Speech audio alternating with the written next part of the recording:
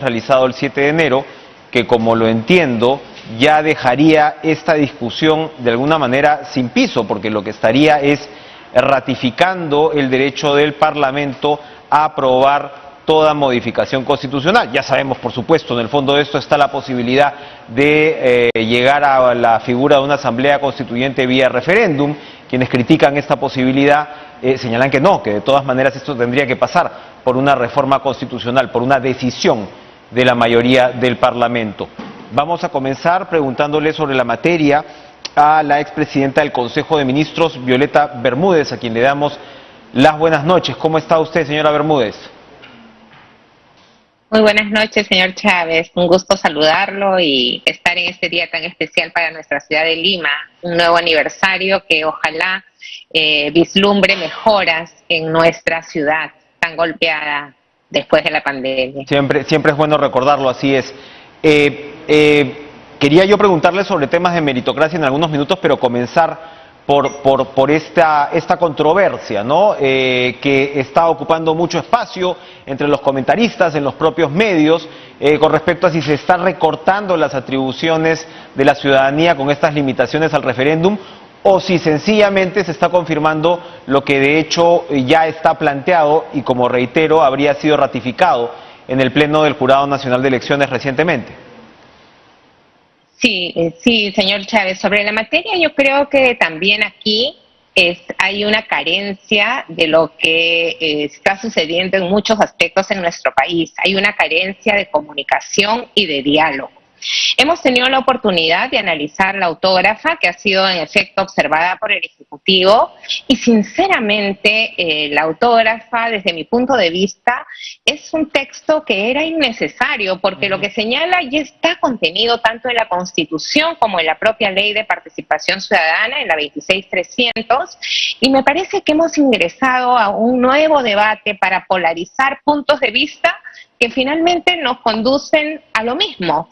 Es que tenemos una Constitución que debemos respetar, hay un procedimiento para alcanzar una reforma constitucional, y los procedimientos tenemos que cumplirlos. Estamos haciendo un debate, desde mi punto de vista, carente de contenido. Se está hablando del artículo 32 de la Ley de Participación Ciudadana, por un lado, del artículo 206 de la Constitución, pero el artículo que me parece importantísimo de tener presente es el artículo 39 de la Ley de Participación Ciudadana, la Ley 26300, que dice claramente que procede el referéndum en los siguientes casos. Primero, la reforma total o parcial de la Constitución de acuerdo al artículo 206 de la misma. ¿Qué nos dice la autógrafa? La autógrafa dice prácticamente lo mismo. Lo que hace es añadir y señalar en el artículo 40 que no puede someterse a referéndum las materias y normas a que se refiere el segundo párrafo del 32 de la Constitución, que eso ya está contenido en el texto constitucional, ni aquellas que no se tramiten según el procedimiento establecido en el primer párrafo del artículo 206. En consecuencia, estamos realmente haciendo un gran debate de algo que está vigente y está contenido en la propia Ley de Participación Ciudadana.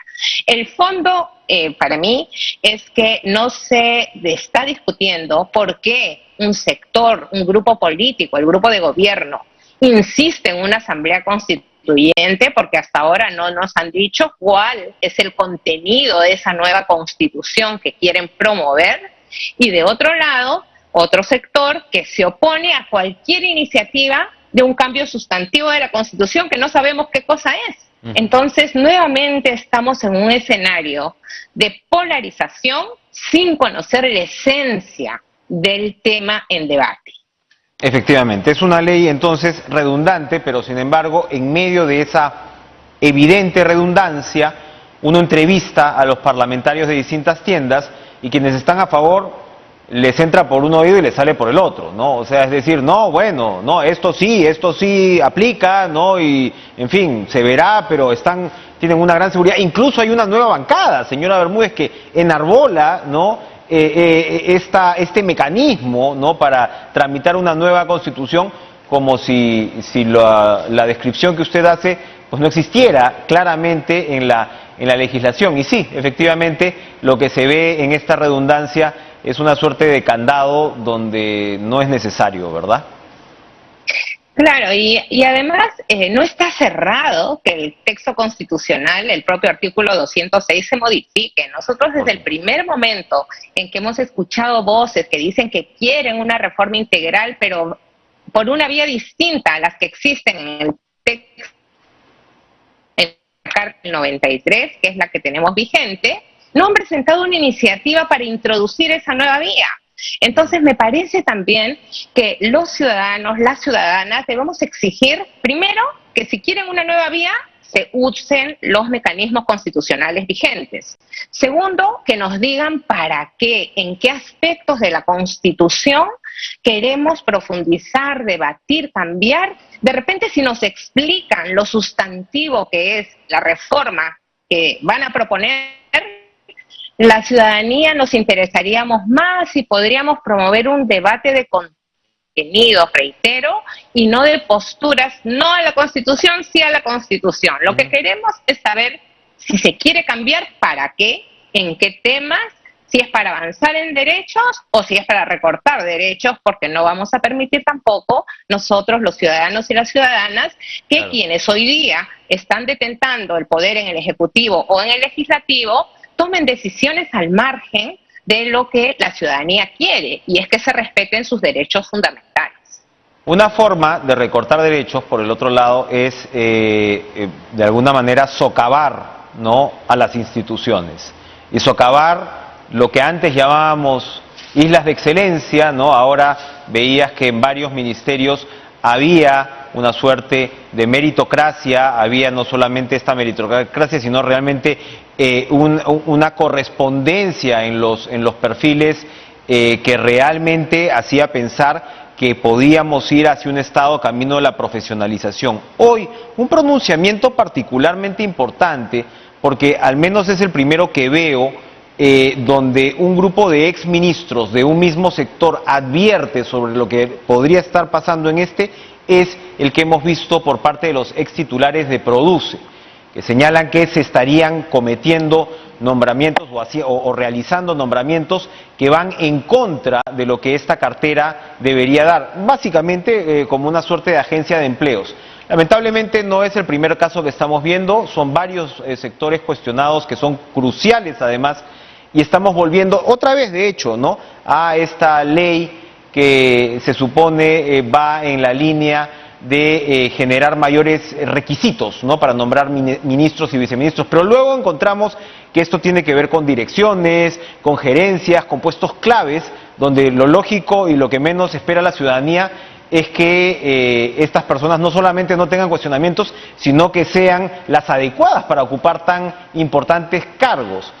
¿Qué nos puede decir al respecto de esto, que es importantísimo y que podría realmente reducir el nivel del Estado, pues por todas partes, ¿no? Sí, efectivamente, Enrique, este es uno de los problemas que desde el inicio de la gestión gubernamental actual, tanto del Ejecutivo como del Congreso, se ha venido discutiendo, cuestionando nombramientos, porque parece que hay una mala comprensión en lo que significa un cargo de confianza y el incumplimiento de los requisitos que debe cumplir la persona que ejerce o que va a ejercer este cargo de confianza. No basta la confianza en algunas posiciones para las designaciones. La persona tiene que cumplir ante todo con un perfil profesional que garantice un buen manejo del gobierno, de la gestión pública. Y aquí me parece que hay una mala comprensión. Algunos funcionarios pareciera que entienden que basta que sea de su confianza y así no cumpla con el perfil, bajamos el nivel de requisitos para la posición y colocamos a cualquier persona. Esto violenta los derechos de todos los peruanos y peruanas, porque ¿quiénes son los servidores públicos? Precisamente son las personas que tienen a cargo el ejercicio de la función pública. ¿Para qué? Para prestar mejores servicios al ciudadano, a la ciudadana, o como le gusta decir al presidente de la República, a la población, ¿no? Entonces, si queremos brindar mejores servicios a toda la población, a toda la ciudadanía, tenemos que tener a los profesionales más competentes. Nosotros desde el Gobierno de Transición y Emergencia, en conjunto con un trabajo articulado de la Autoridad Nacional del Servicio Civil y diversos sectores y entidades públicas, diseñamos una estrategia para empujar la implementación de la ley del servicio civil y nos planteamos un periodo, ¿no? Una proyección de un periodo de 5 años, porque servidores públicos que estén en planilla con el reconocimiento de sus derechos, que cumplan los perfiles técnicos, que sean evaluados periódicamente, que tengan derecho al ascenso, es decir, que cumplan con el mérito para poder escalar en posiciones de la gestión pública, tiene un costo económico. El gobierno de transición solo estuvimos 8 meses, pero ordenamos lo que se había hecho, cuál era la situación en ese momento y dejamos una estrategia que debería trabajarse directamente con el MEF e ir poniendo esta suerte de implementación de lo que es la modernización pública en el ámbito de los recursos humanos para que ni este ni futuros gobiernos copien el aparato público con personas que no son idóneas para el ejercicio del cargo. Y acá hay una responsabilidad también directa de las organizaciones políticas. No puede ser que una organización política, un partido político que aspira a ser gobierno, no tenga en sus militantes personas que estén calificadas para gobernar. Si la razón de ser de un grupo político es ejercer el gobierno, gobernar el destino de nuestro país, ¿cómo es posible que no tengan el equipo humano para hacerlo? Yo la verdad no puedo comprender cómo un partido que ha aspirado a llegar a gobernar el país no tenga profesionales idóneos. Para terminar rápidamente, entonces, afortunadamente la PCM ha rechazado la propuesta para que Servir pase a ser adscrito al Ministerio de Trabajo, que era algo que se discutió también y que de alguna manera lo que haría es clavar la estaca, ¿no? En un organismo tan importante y que en realidad usted nos está diciendo se ha dejado listo, pero al mismo tiempo ahora mismo persiste esta sensación del abandono de Servir, de la perspectiva de Servir. ¿Cómo hacer para recuperarla? Bueno, yo creo que aquí sí, no solo la presidencia del Consejo de Ministros, todo el Poder Ejecutivo y el Congreso mismo deben cerrar filas en garantizar la autonomía de Servir. Servir precisamente fue creada como autoridad para dirigir, organizar, preparar a los recursos humanos que van a prestar los servicios a la ciudadanía, los servicios públicos. Por tanto, el objetivo de Servir es garantizar recursos humanos idóneos para el funcionamiento del aparato público, pero para eso requiere también de la voluntad política y de los recursos económicos para poder hacerlo.